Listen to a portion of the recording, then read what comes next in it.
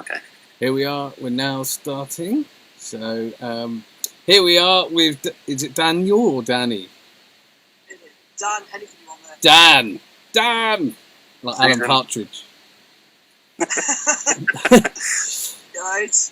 Dan from Twisted Obsession, not Twisted Illusion, which I keep getting confused by because they're quite a popular band, aren't they, as well? They are very good. So tell us a bit about where you're from and what sort of music you do, just to start us all off. And no problem. So I'm the drummer in Twisted Obsession. Fucking hell, two drummers. Yes, 2 drums in the room. Finally, get in. Oh, it's going to be a drum night tonight, Jam.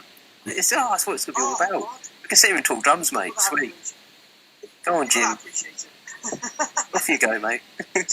So, two of our members are from Blackpool and two of our members originally from Preston. I was one of the Preston lot, and then I moved to Liverpool, so I tend to, when we kind of practiced, a lot of the travelling down there as well. We originally, when it was just me and our vocalist, when we formed it, we inspired the likes of Metallica from Volbeat, and we started off just like, a bunch of guys who had been in bands for years, so obviously it was kind of like one last stretch, a bit of a laugh, it sounds good. Even now it's still a laugh, but we slowly started to make our way up that little ladder, and then obviously lockdown was coming, so...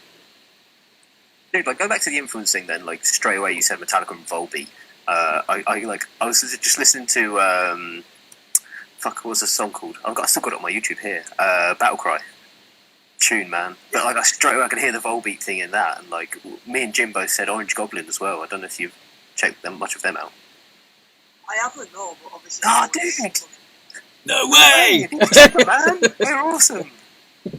I will make a note of that 100%.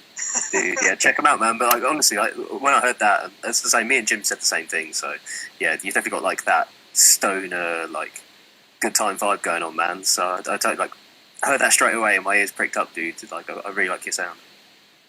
Yeah, thanks, man. I mean, to be fair, we've got a lot of we're quite when it comes to that side of things. We have the likes of that. We've got heavier songs that we have performed. We are obviously this year. We kind of alternate between, sometimes you've got the hard rock side of it, sometimes you really like the full side of it. Yeah. This is where we're kind of different because we, people don't expect what you get from us. Because I also do some of the clean vocals behind the kit nice. A lot. So any chorus and stuff like that, it's kind of you don't tend to see a lot of bands that have a singing drummer, if that makes sense as well. Yeah. I only really like a Trey, who's one of the first bands that come to mind, or obviously Genesis, but no, as you say, there's not many guys that really kind of throw in that, the drums and the vocals thing. So that's really cool, man. Really, really cool. So do you find then, because there's 5 of you in the band, or 4? It's 4.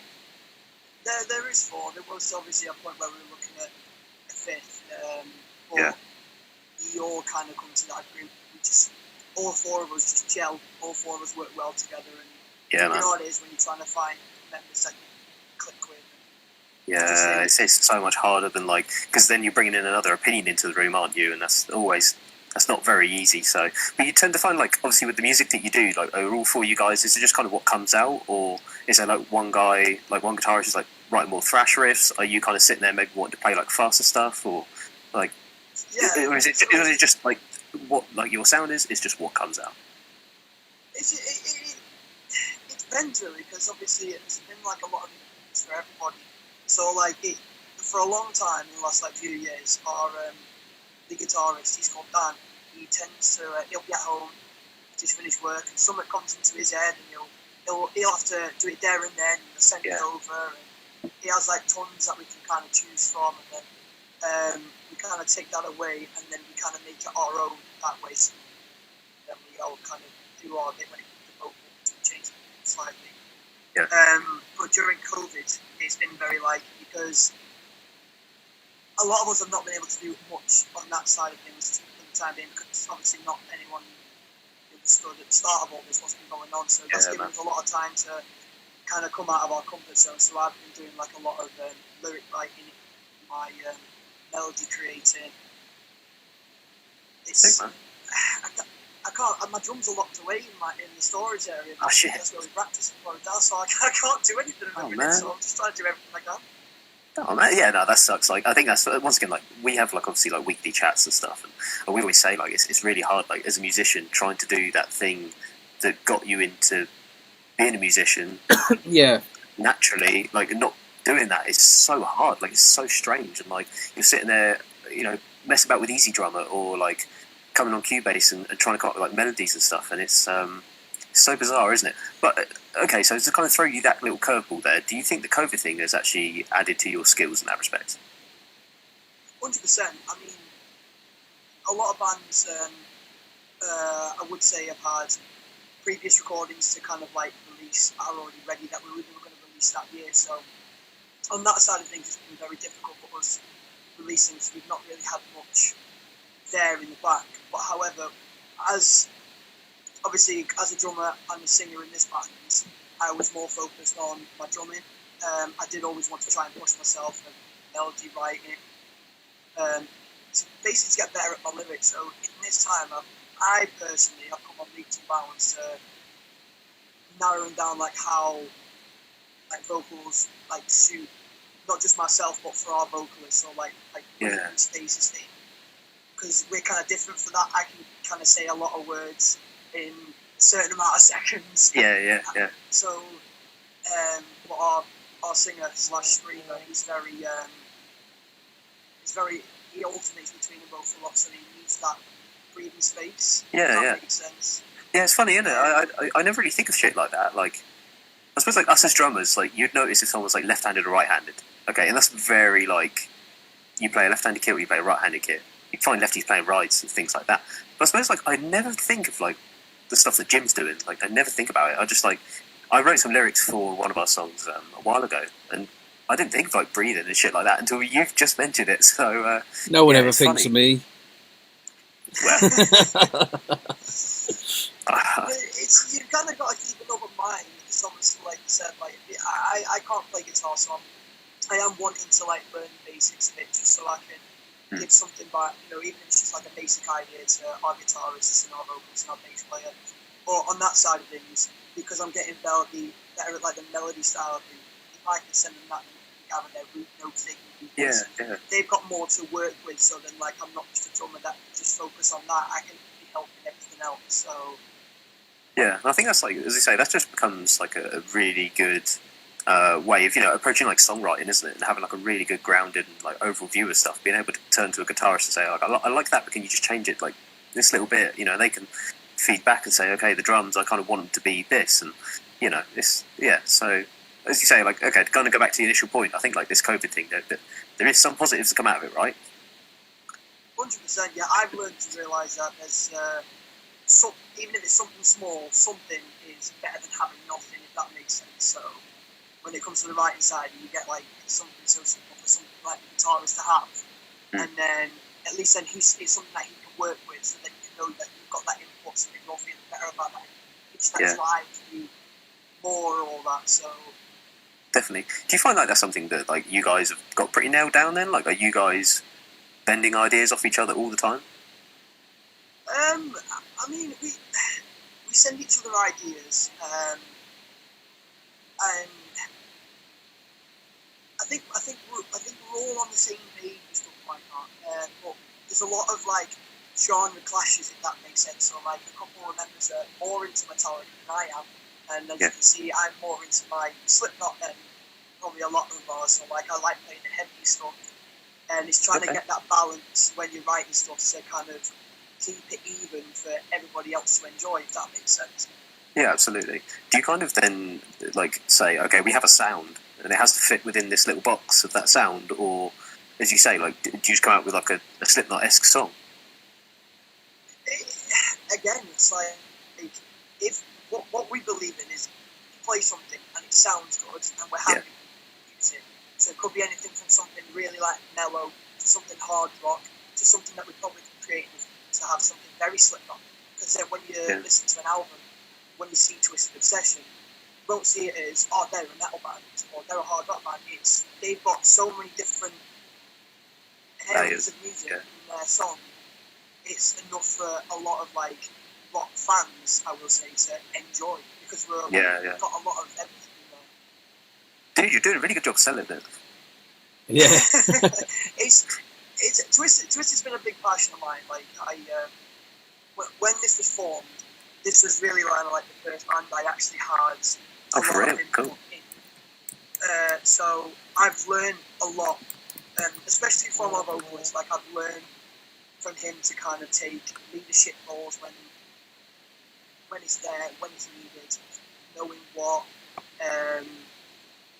what to expect, having a planned route of what we're going to be doing in that route. Because even though it's about having fun, I also want to keep it professional. Because like I said, when you see us live, I will say my head is big for that. We are very good live. We interact with everybody, we feel it, we just give it everything and we enjoy it. Yeah. I mean, that's such a kind of thing that, you know, I think that's where you see a band that knows what they're doing and really has their shit together. I watch so many bands that kind of, they just seem like they just turn up and they're still in their rehearsal room, you know what I mean, when they're on stage. And it's, like, I'd never forget, I remember playing a gig and we used to, like, talk in rehearsal in my old band about, like, what we was going to wear, like, you know, so we had, like, not outfits, but we had an image. You know, and you had to kind of portray that image, right? Like, once again, you just put your business head on. And the band that opened up before us, like, the guitarist had a rugby shirt on, the singer was wearing, like, just a hoodie, and like, they just all just looked like they just walked off the street, you know, they just haven't put that thought into it. And I think, like, if you... Yeah, that's why we do what we do, isn't it? Because we had the same thing, you know, where there'd be somebody turn up in a tweed jacket, playing the bass in the band, and then there's me in, like, you know, leather gear and fucking ripped jeans, and then there was Camille in a tracksuit, you know what I mean? And it was just like, this doesn't even look anything like Korn or you know, any band at all. We really didn't identify, and it just started to get a bit stupid, really, because you know, I think at one point there were even Hawaiian shirts in play, which, you know, yeah, fair enough, let everybody wear what they want to wear. But when it becomes so distant and unassociated with the music, it just got so stupid. So I just said, right, we're buying these shirts, we're going to put some fucking logos on it and just go with it until somebody comes up with something better. Because I'm fed up with, you know, like I say, seeing tweed jackets on stage for a metal band. It just doesn't work. I don't know, man. That's pretty cool. I'm all for the tweed thing. Well, actually, that's now really fashionable, believe it or not. These bands that dress like something out of I don't know, fucking the 40s, or, you know, with the flat caps and like you say, the tweed jackets. They're now coming back in. Yeah. What's that band? Oakley Dokley. We should have probably listened to the bassist at the time. Yeah. Oakley Dokley. Yeah. Yeah. They sound ridiculous. Oh, they're just funny. Like, they're all dressed as Ned Bunds. Yeah, that sounds ridiculous. That sounds so funny. So funny. Yeah, I need to check them out properly.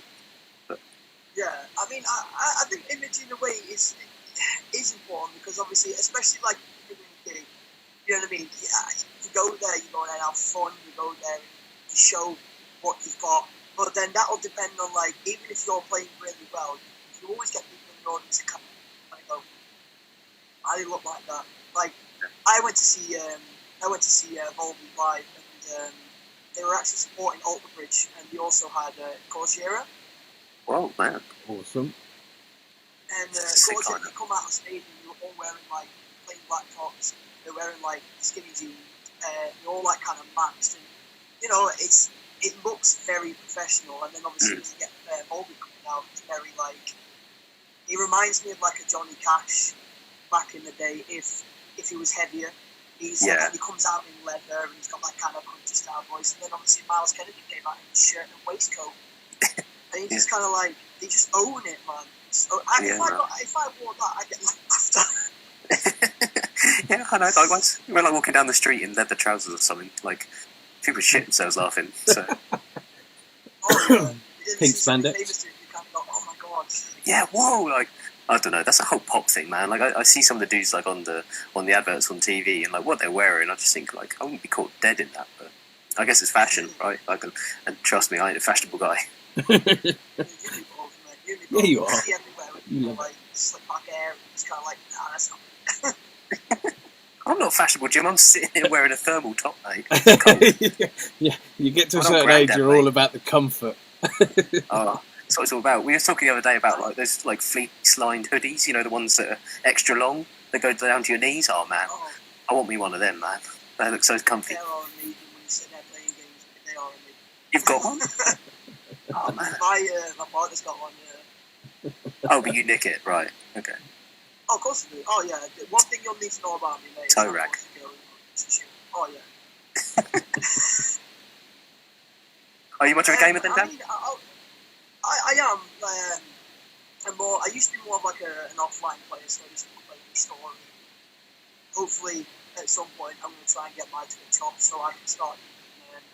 I want to try and do like reaction videos to horror games because I am absolute soft arse Oh, yeah. when it comes to horrors. Oh yeah. And people want a good laugh, and I think obviously having that connection with people as well, knowing that you've got things to kind of talk about, especially if you're getting like people playing any co-op games. At that point, you're having a laugh, you're going to talk about music, and then get a jump scare, and everyone's just like, ah. Yeah, dude, man, do it, man. Like, I started up on Twitch about this March, end of February last year. I used to watch Matt Heafy's Twitch quite a bit, and he was saying about how like it gave him like a bit of a routine, you know, like going like streaming twice a day on Twitch and all this sort of stuff. And I was out of work at the time. I just left the Shore Trust due to like some crazy incidents, and because I wasn't working, I was just waking up whenever I could be asked to wake up and go to bed whenever I stopped doing whatever I was doing, like finished playing Fallout.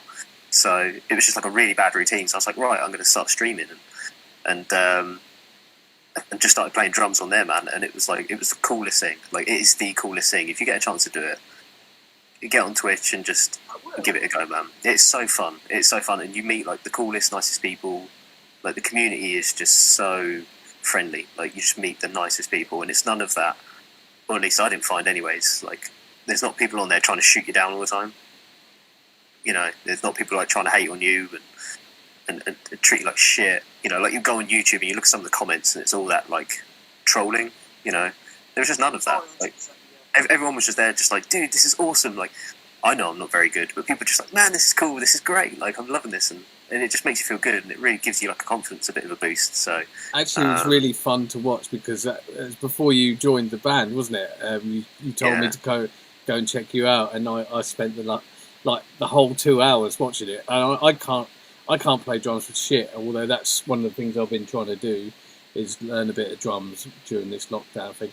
But just watching him like having fun, you know, and chatting with the people and seeing that you were really passionate about it was really great. I really enjoyed it to watch it, and I'm not a drummer, so you know.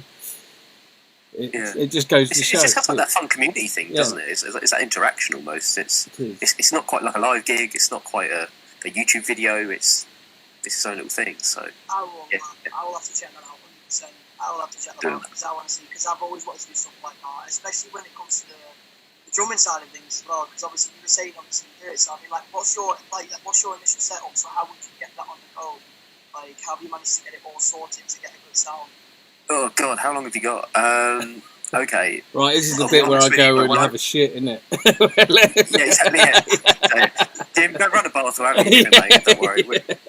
Me and Dan have got this. So, dude, I'll be honest. Like, when I first started out, I knew zip, absolutely flip all, man. Didn't know a thing about it. Just done my research. I've got Roland TD17 KV, which is the KVX. I added the ride cymbal because it was cheaper to buy the KV and then add the ride cymbal. Yeah. No flies on me, mate. Exactly. I'd done that, and I brought that like October 2019, and it was really when I first picked the sticks back up again because I'd stopped playing for a good 5 years or so, and And all I done is I just sat there and noodled. I just done like no practice whatsoever. I just sat down, I jammed a song or two, and I was like, pish, like, you know, I'm no good no more. Like, my days are gone. I was like some old hack, you know. But once again, I stumbled back on the Twitch thing, and it was like, okay, this is a really good way to have like a really good routine, and also it gets me playing things that are slightly out of my comfort zone. It builds my confidence back up. It makes me interested in playing drums again, and it makes me want to be better. So, so it was really cool. It was really great in that sense. When it comes to the setup, it's all you have to do is really run a stereo line out from the kit into a sound card. I've got an old Toneport UX1 lying around here somewhere that a mate of mine gave me when we were 16 because he couldn't use it, and I've still got it. So I was running a stereo out of that into the PC. I then had the PC kicking Spotify back out into the drum kit. I then had this headset running into the PC. So I had my headset, I had my ears, so I could listen to my music, and I was just playing along to it. I had Streamlabs OBS up on the screen, and like you could just click between it. Got myself like a little Bluetooth like mouse and keyboard, so I could interact with the chat. And like I said, it seems so freaking daunting, so scary. My wife was here. I'd ask her to tell you a bit. Like when I first started, there was a few times where I was having like meltdowns, like the biggest stress fits before going live you could ever imagine. I remember one time where like I started off and like the mic wasn't working, the audio was shot to shit, like nothing was happening, and I just typed in the chat. I was like, "Sorry guys, like I can't stream today."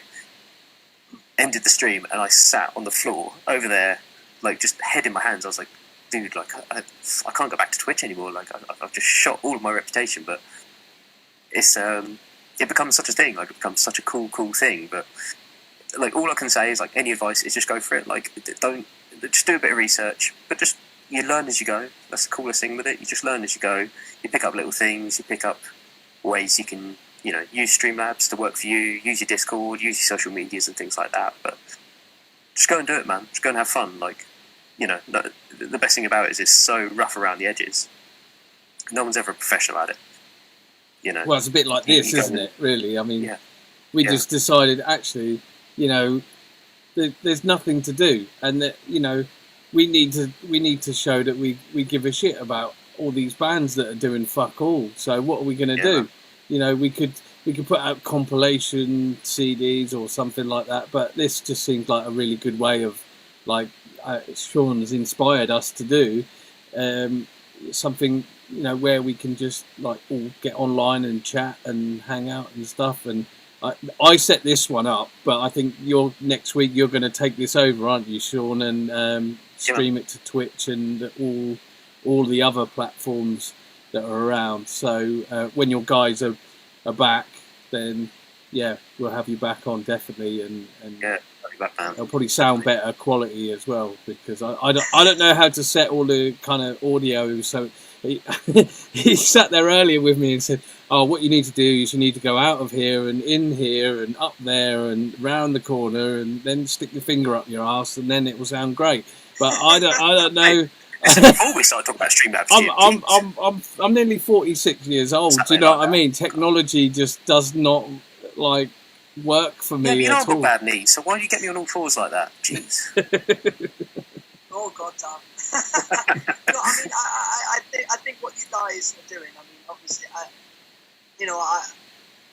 going to take away a bit of inspiration from you, because obviously the thing what I miss about gigs the most, apart from the actual playing side of things, is the social interaction with other bands and obviously the fans that watch other bands of your own, because you know you can have a laugh with them, but it's also the initial like respect that you give, and you know they're there to support you, and that makes it so much better when you're there.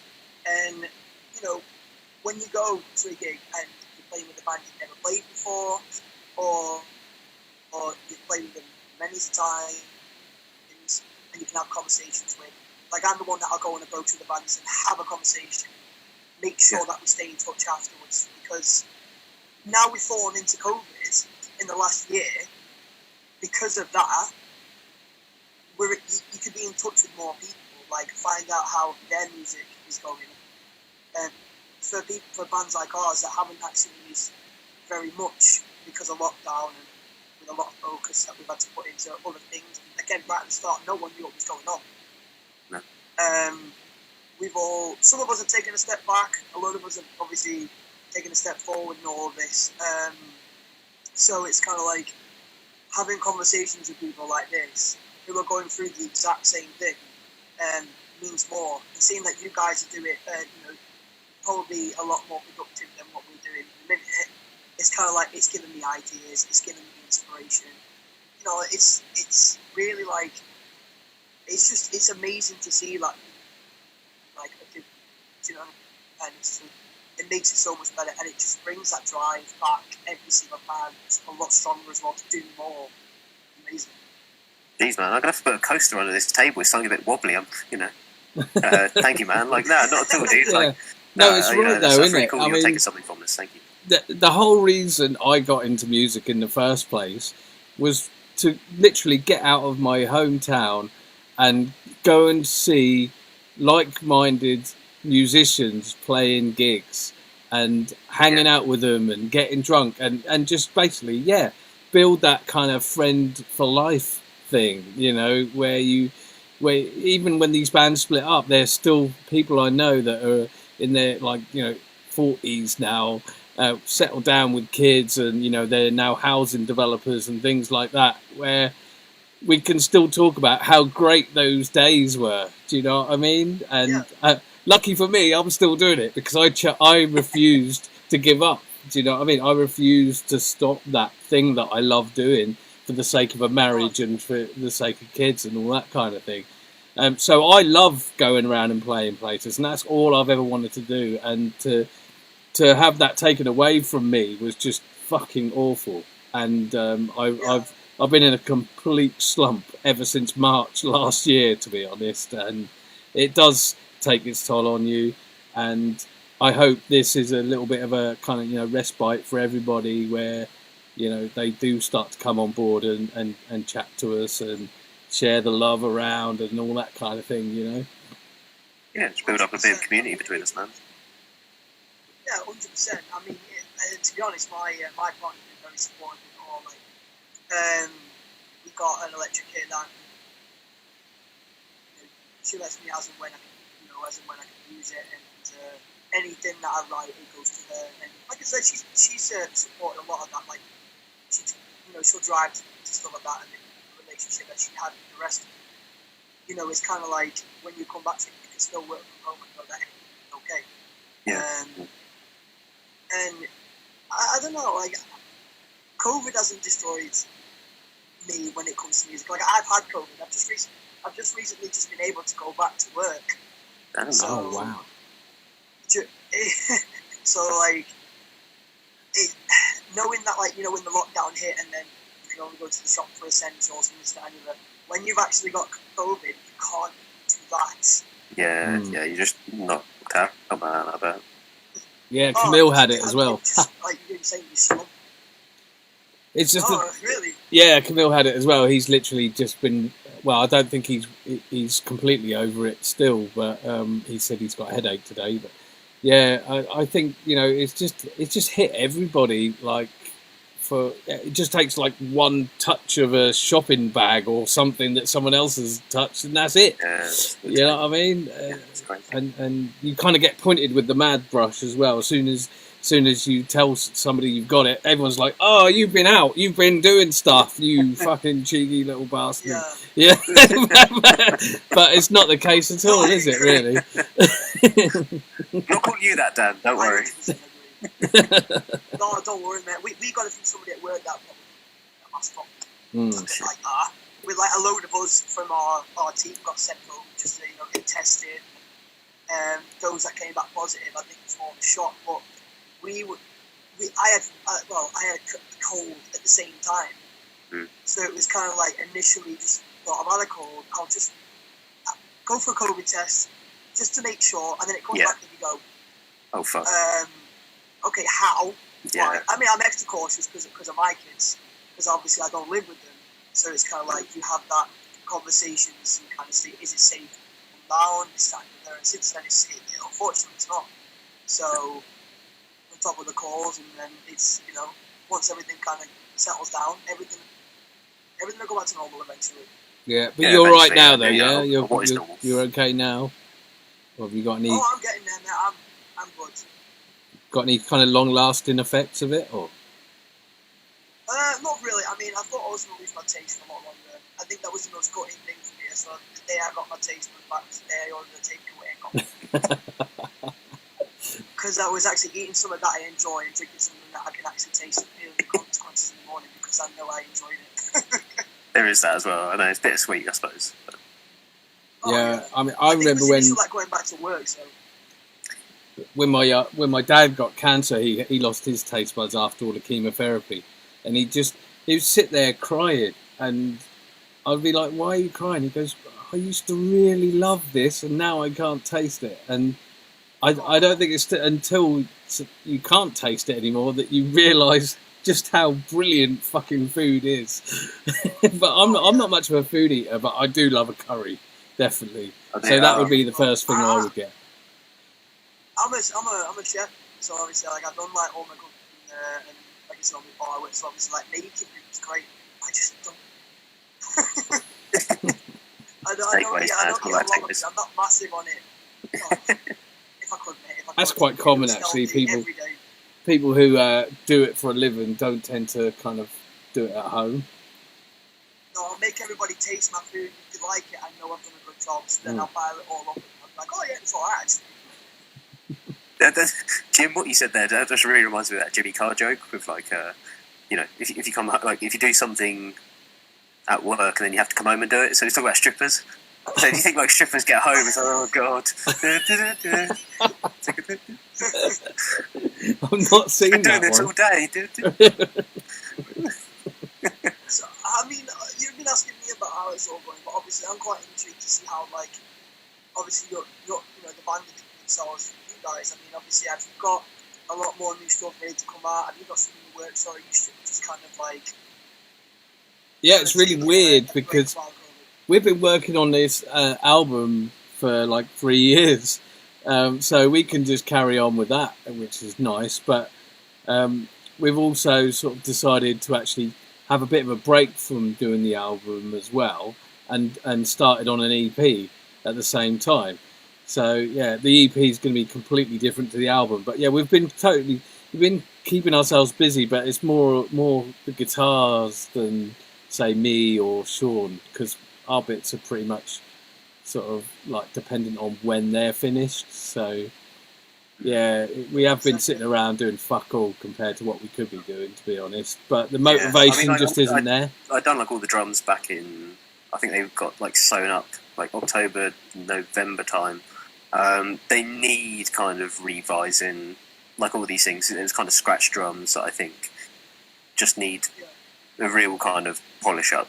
But they're kind of there or thereabouts. And as you say, now it's in the hands of the guitarist, which of course, sadly our bass player left end of last year. So that kind of obviously leaves us kind of one tooth short. But I don't think that's something that we're not necessarily looking to rectify immediately, because that happened in time, right? Like the right guy will turn up when the right guy turns up. So, As a drummer's perspective, though, like if you said your drums like about let's say a year or something ago, if you listen to those tracks now, do you feel like, oh, I could put something else, or I could add to that instead? Like, do you ever just get the urge to kind of, I want to add something instead of that bit, like?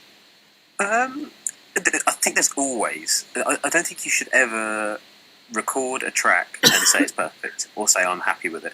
You just go with what is there in that time, in that headspace, in that moment. And I think, like, once again, to kind of point, hold the mirror up to ourselves. I think that's maybe what's really killed us with the album. I think because the album is like 3 years down the line, it's got to that point where it's this netted web of things, because it's not kind of, okay, this is this thing, I'm going to track it, and that's it. It's scratch. Is what it is. So it loses kind of that momentum, mystique about it, and not necessarily momentum, but well, it does, because you're sitting there you're over analysing it, and you're thinking, oh, I Yeah. need to add this and I need to add that. Whereas you're right, we decided to do this EP to sort of say, well, fuck anything perfect, let's just bang something out. You know what I mean? Yeah. And I think, like, as I say, once again, like, one of my biggest, musical inspirations is Dimebag Darrell. Obviously not a drummer, a guitar player, but I know he said, some of the best bits of music are the bits that are, where you can hear someone singing and their voice just kind of retches, and it has that slight imperfection. He says, but that's what makes it beautiful, because it was imperfect. It was perfectly imperfect. It was these little odd-ended bits, are what makes music so organic and so real. Whereas in, like, today, where you've got fucking Pro Tools and these, like, VST amps, like amp simulators, which make the guitar sound like a fucking crunchy bar. It's like, with all this shit now, it just sounds like overproduced. I mean, you listen to Five Finger Death Punch, man, it's dog shit. Like, it's so bad. Yeah. But, like, and like, for me, that's where music has gone wrong in that respect. It's like, we've become that over analytical generation where we just look at things and go, well, you missed that note there on, like, 1 minute 48 seconds. These little things, and So yeah, I suppose, once again, to, like, backtrack a bit on that, I listen back to the drums, and I periodically kind of just slip back into them and listen back, and I love them. Like, I do. Like, I listen back, and I'm really proud of, like, the drums that I've created for that. I think it's important to that's what I love have about them. imperfect drums. I don't know. I mean, obviously, you two must know that there's the velocity in these drum software programs that says make it imperfect. Because too perfect makes the humanized button. You've got to humanize it, and if you don't, then it's going to sound fucking like a drum machine. You know what I mean? And yeah, definitely. It is. It's going to be too robotic. It's not, even if you've played it, and there's a few little tweaks that are kind of out there. As soon as you quantize them to make it all the time, like a lot of the time, it's going to sound like, it's not going to sound like you, is it? And then you're going to walk away from that and go, okay, on one aspect, I'm really proud of this, it sounds good. But on the other aspect, you kind of go, where was my fuck up earlier? Like, yeah. Where was this that I kind of missed? Where was that dodgy rim shot where I kind of just caught the snare drum just wrong, like just off center, and but yeah, that's kind of It sounded okay. That's what I love. Yeah, definitely. So, okay, so once again, spin it back on you. Like, is that how you approach the drums, or are you over analytical? Do you look back and, like, one more take? I've got to get this right, or are you a bit more happy with, like, the imperfections? I'm a bit indifferent, because obviously before this band, I didn't really have the studio time I wanted. It was always like program drums, and the way I used to do it is I would sit there with whoever's going to be mixing and mastering and recording it. I'd be basically kind of like tapping into what it is, all the songs kind of already there, and they can kind of understand what I'm playing. So, like, when I've actually played it on board, it was the first time in this band that I've actually played to the click, and it's a lot for me to get used to and whatnot. And I go in there, and I want to do it in, like, 1 or 2 takes, because I feel like I have the confidence that I'm going to get to it. And when I don't, I get very angry. I get very mad. I get very mad. Oh yeah. I mean, like I said, our guitarist is very, like, producing work. He's learning to grow in the production side of things. Like, in comparison to our 2000 on Spotify and Psychosis, and then you kind of go over to Battle Cry, you hear a completely different both. You hear how much, like, he's progressed. Battle Cry sounds like really good, man. He's done a really good job on that. Yeah, I'll tell you what, he pushes me.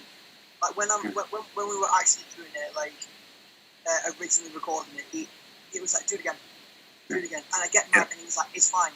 So we did it in sections, and then that was the first time I did it in sections. We just pushed, and by the end of it, even though it wasn't perfect, I was happy with what I'd done, and I was happy with how he can hear it. And then I listen to that, and I don't listen to, like, Battle Cry. I listen to go, that's me, and I'm proud of that.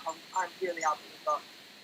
Yeah, no, definitely, man. I think, like, that's and that approach to recording is so it can really break you. I know when in a previous band I was working with a guy called James Kerry, who he worked with Snoop Dogg and, like, a lot of that those guys, but he loved his metal. He was like into Sixth and all that shit. So he was well excited when I turned to him. I was like, dude, I want you to record like my band's album. So, but yeah, it was exactly the same thing. Do it again. Do it again. Do it again. And you kind of got to have that mental toughness of like, yeah, I can do a better take. I can get a better take. And even when you do your perfect take, you can still do it again. You can still do it better. And he really schooled me in that. Like, you know, really kind of made sure I kept a level head on all of it. So, and he'd probably use like one of the first takes every time. Like we do 10 takes, but he'd probably use the first or second one. I find from recording live, it's usually the second take that is the one. Yeah. And I've done like 3 or 4 like takes of live sessions, and yeah, it always comes back to the second one. So the first one is just kind of like your guide take, really, and then the second one is the one. Because I think you do the first one and then go, oh, yeah, from a vocal point of view, you go, oh, that was a bit flouncy, because you're not like, you haven't like expanded your lungs and stuff enough yet. And then the second one is just like, I've gone over the top. So when you've gone over the top with the vocals, that's usually the one. Yeah, right, that's what I've found anyway over the years. I mean, I have been recording for a long period of time now, and I'm getting to the point where my voice is actually worn out. But you know, I love going in a studio. I love going into a studio and doing it live, and it is simply just so that you can hear the actual sound of the drums rather than digital drums, and just that whole environment, being in a live room, hanging out together. In the same way, like, you know, doing gigs and stuff like that, it's all a sort of a mental journey, I suppose. And being at home and recording, I fucking hate it. I fucking hate recording at home. Yeah, you get stuck in the fishbowl, don't you? Yeah. I mean, look at this room. It's a padded room. A padded room, just filled with guitars and microphones, basically, and no people. You know, it's sad. It's very sad. So when you ask me how I'm doing, I'm not doing very well. I want to hang out with people. I want to go out and do gigs, and I miss people. And hopefully, when it's all over with, we'll have another band that we can book to come and play Norwich. Yeah. Put you on the spot here, Dan. Definitely, man. Without a shadow of a doubt. Oh, mate, looking forward to that. Yeah, dude, 100%. We'll get you boys in. Oh, 100%. Yeah, we're there, man. We're there. Because that's another thing we do, is we book bands to come and play Norwich. Sure. Whoa, something happened there. Cheers. Are you there? The snow's got to him too. He's frozen. Is he frozen? Oh, no, he's back. Oh, we are. Out of snow. Did it blow through the door, did it? It's good. That's what it is. It's karma, mate. You ignored my recommendation of cardboard cutouts. Karma bit you, man. Karma bit you.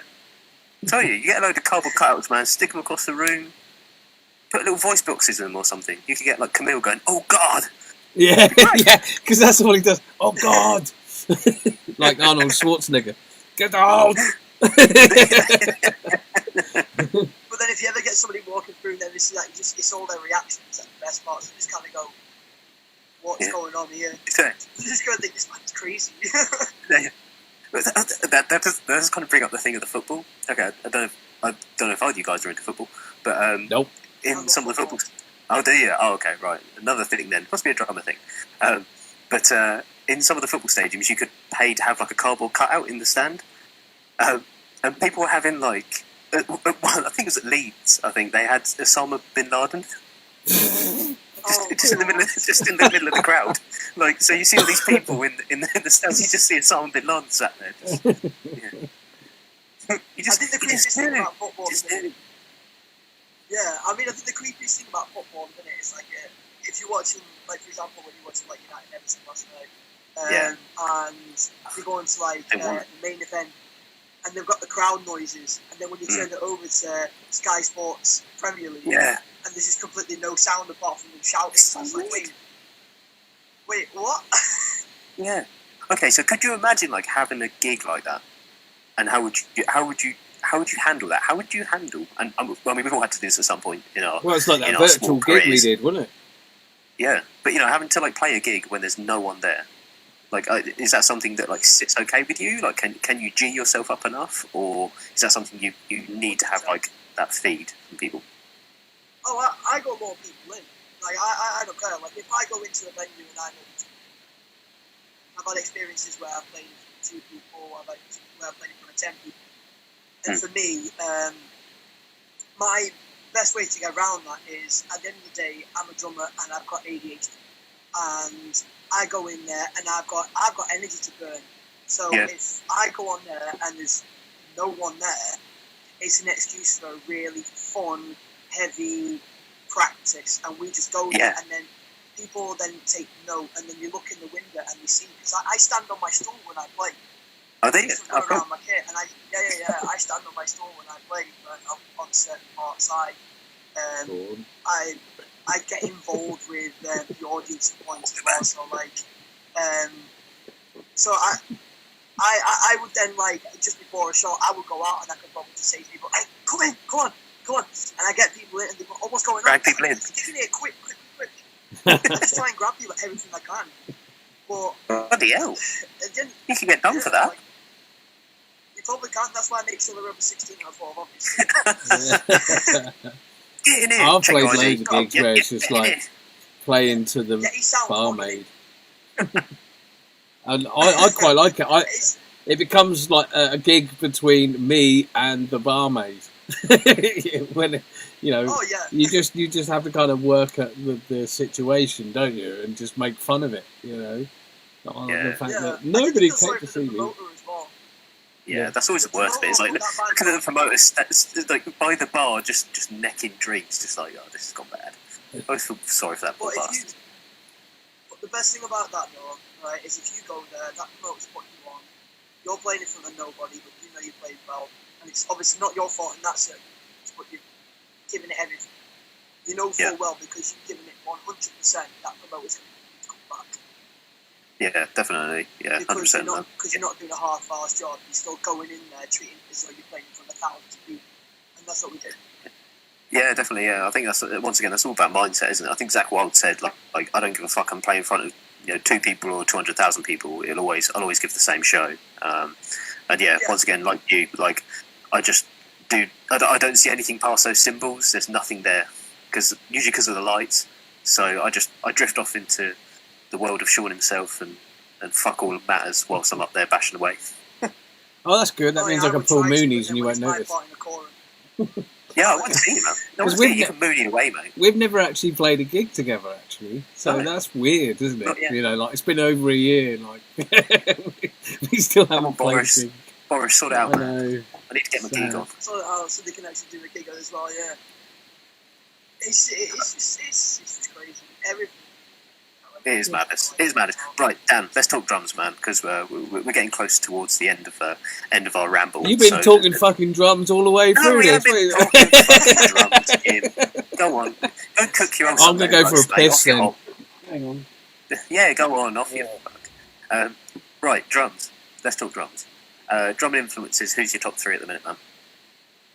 Oh, see, I used to look up a lot to John Dawson. So I was a lot of focus. Got Jay Weinberg. Just watching him change, like that's it, and I just watch him. He's incredible. But then I also take a lot of him to look at the likes of Travis Barker with his snares, with his just more skill. And I also have that influence at the back of my mind of what's his name? Really, from Motley Crue, because he was a showman. Yeah. So all those 3 in one, I see myself as that's kind of who I am. I can play the metal, I can be the showman that I want to be, but then obviously I could play 100 mile an hour. Yeah, definitely. Yeah, I mean, what do you think of obviously Jay's? He's done the last 2 Slipknot albums. How do you view his drumming? Everyone does that thing where they're like, oh no, he's nothing compared to Joey, and then some people going, he's better than Joey and all this shit. Like, where do you sit on that debate? It's not really a discussion. Don't worry. Slipknot had Joey. Joey was incredible. The band kind of failed and he left, and then they got somebody that was just as good, if not better, replacement. I don't think they could have got anybody better. At the end of the day, he could play the song very well. He fits right in. Like I said, he's amazing. He's fantastic. He seems pretty grounded as well. He seems pretty chilled. Yeah. We're going to ignore Jim, okay? This is the game. Anyone that's watching, ignore Jim.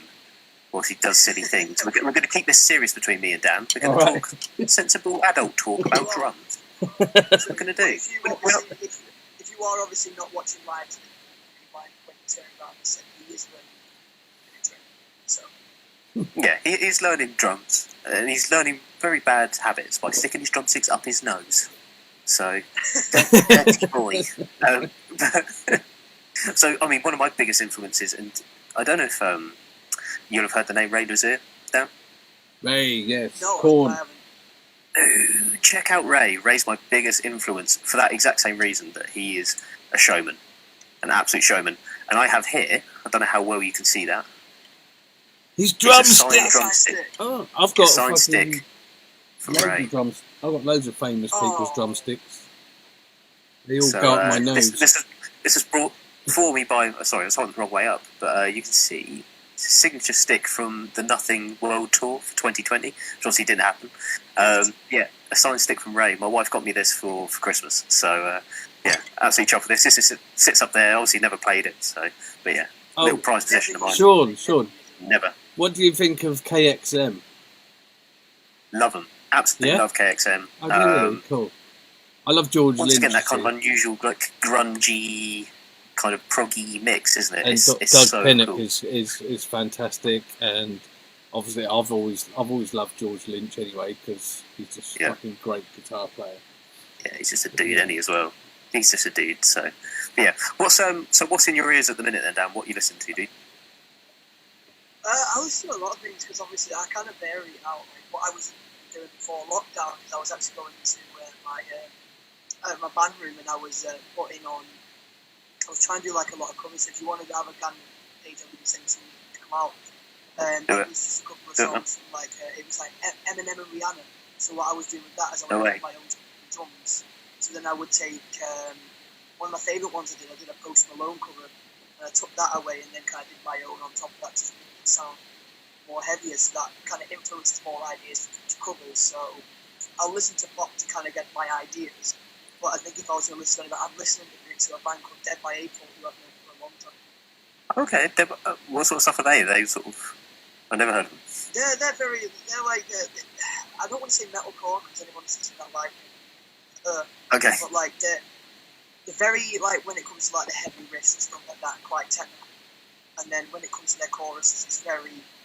You've kind of got that cheese feel, and you've got like proper, like, high, extreme vocal in there. And I just think what they do just really, really works together. Oh, okay. How about yourself? What are you listening to at the minute, Jim? Well, I've been listening to Twisted Obsession. Good man. Cheers, love it. He's been, man, Dan, he's been learning off you, mate. He's turned into a salesman. No, I've been listening to loads of stuff. The latest Vola stuff that has just hit the fucking video YouTube thing, because I love that band. I think they're fucking awesome. What was I listening to? I was listening to new Raging Speedhorn album yesterday, which was really cool. And just whatever like comes up on YouTube basically is so I get notifications from YouTube. Oh, you need to check this out. So I'll go and have a look and see what it is. But, yeah, band wise, it's difficult, isn't it? Because there's just so much passing through the airwaves at the moment. Like, it's hard to remember all of the stuff that I've been listening to. But I did put it on. I put it on our HEDRA England page. What I intend on listening to in the day every weekend, and yours was one of them. And thank you. that'll give me some inspiration to actually keep going back and look at the dates, because any bands that you've actually put on there that I can get in on myself, and obviously I'm always interested in listening to anything really. Like I said, a lot of bands are in the same position as all of us right now, so Yeah. it's all important to kind of share that love. So have you got a Bandcamp account then? We have, it is located on our page, so is our Spotify, so everything that we've got on there.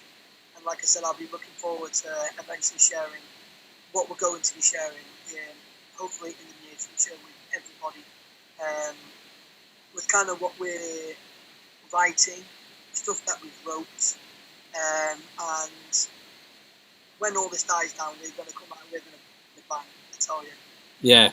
Oh, it's going to be huge. Looking out. I mean, I've got dreams of like doing. Include yourself in that. Yeah. No, I would a night off, mate. Did you? Oh, we've gone. Good set, mate. Guys as well. Oh, we've gone.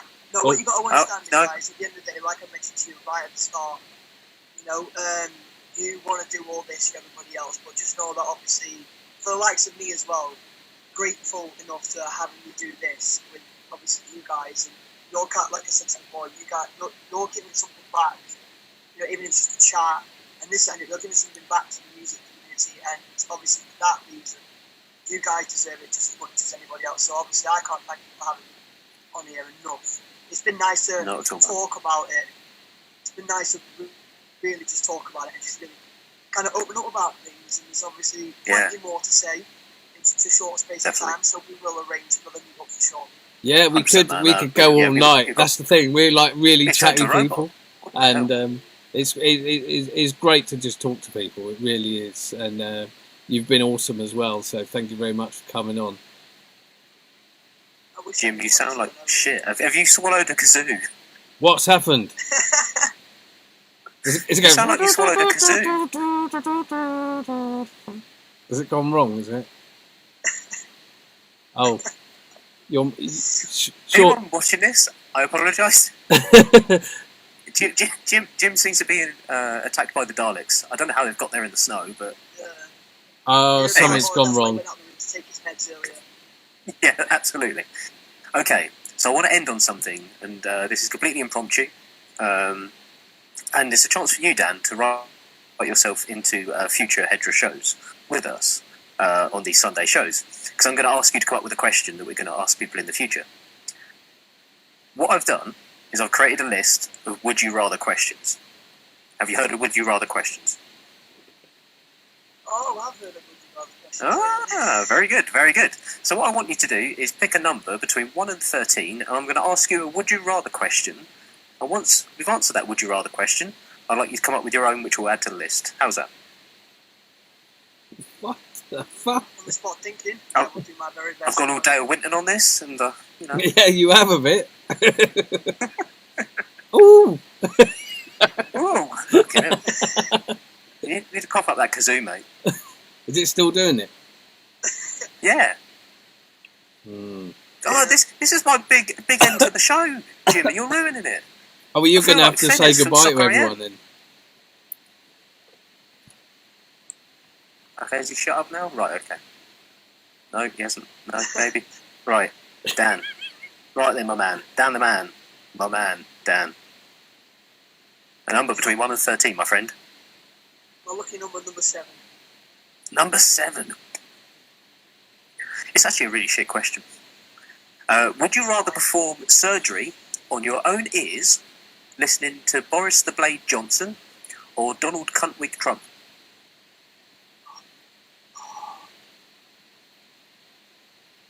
Oh. Mine is ticky.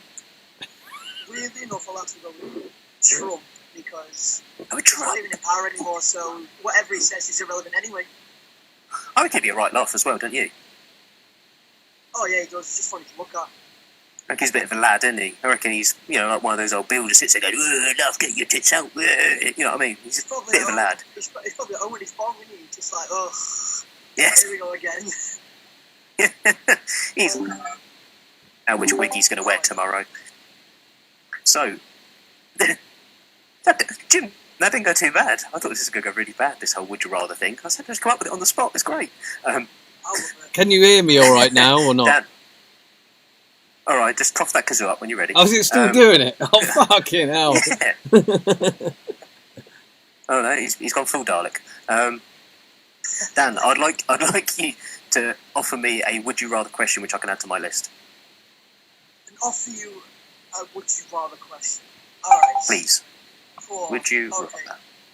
Would you rather? Okay. Would you rather be the third member of Jedward or go to an unlimited supply of five-finger death? Oh wow! As a heckleback, I like that. Very good, Danny boy. Would you rather be the third member of Jedward? I'm going to put a note in here as well. That doesn't mean in a sense either. Any way you want. Any way just you to check. want. I do like a few five-finger Deathwood tracks, but because you mentioned it earlier, I thought that would be quite good actually. Yeah, I know. It's a bit plastic, isn't it? It's like Jordan's chest. Have a lifetime.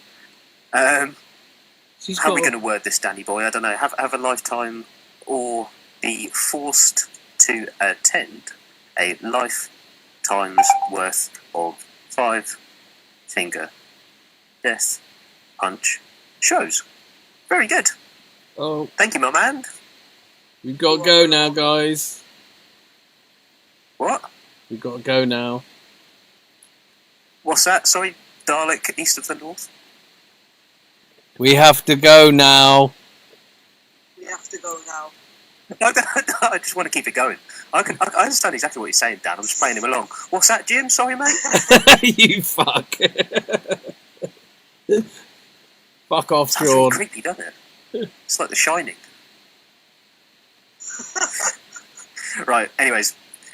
It's time to end. Dan, thanks so much, man. I've had a fucking blast tonight, dude. And yeah, I hope everyone's well in the band. Man, we'll definitely have you back, say, as soon as all you guys are together again. If not, we'll just have you back and we'll come up with more would you rather questions. I'm happy with that. That's fine by me. I am game for that, not a problem. No, you look after yourself, my friend. You too, and you guys stay thank safe, you so much. right? And you, mate. Thank Look after yourself. All the you. best. You too. Thank you so much. Bye, guys.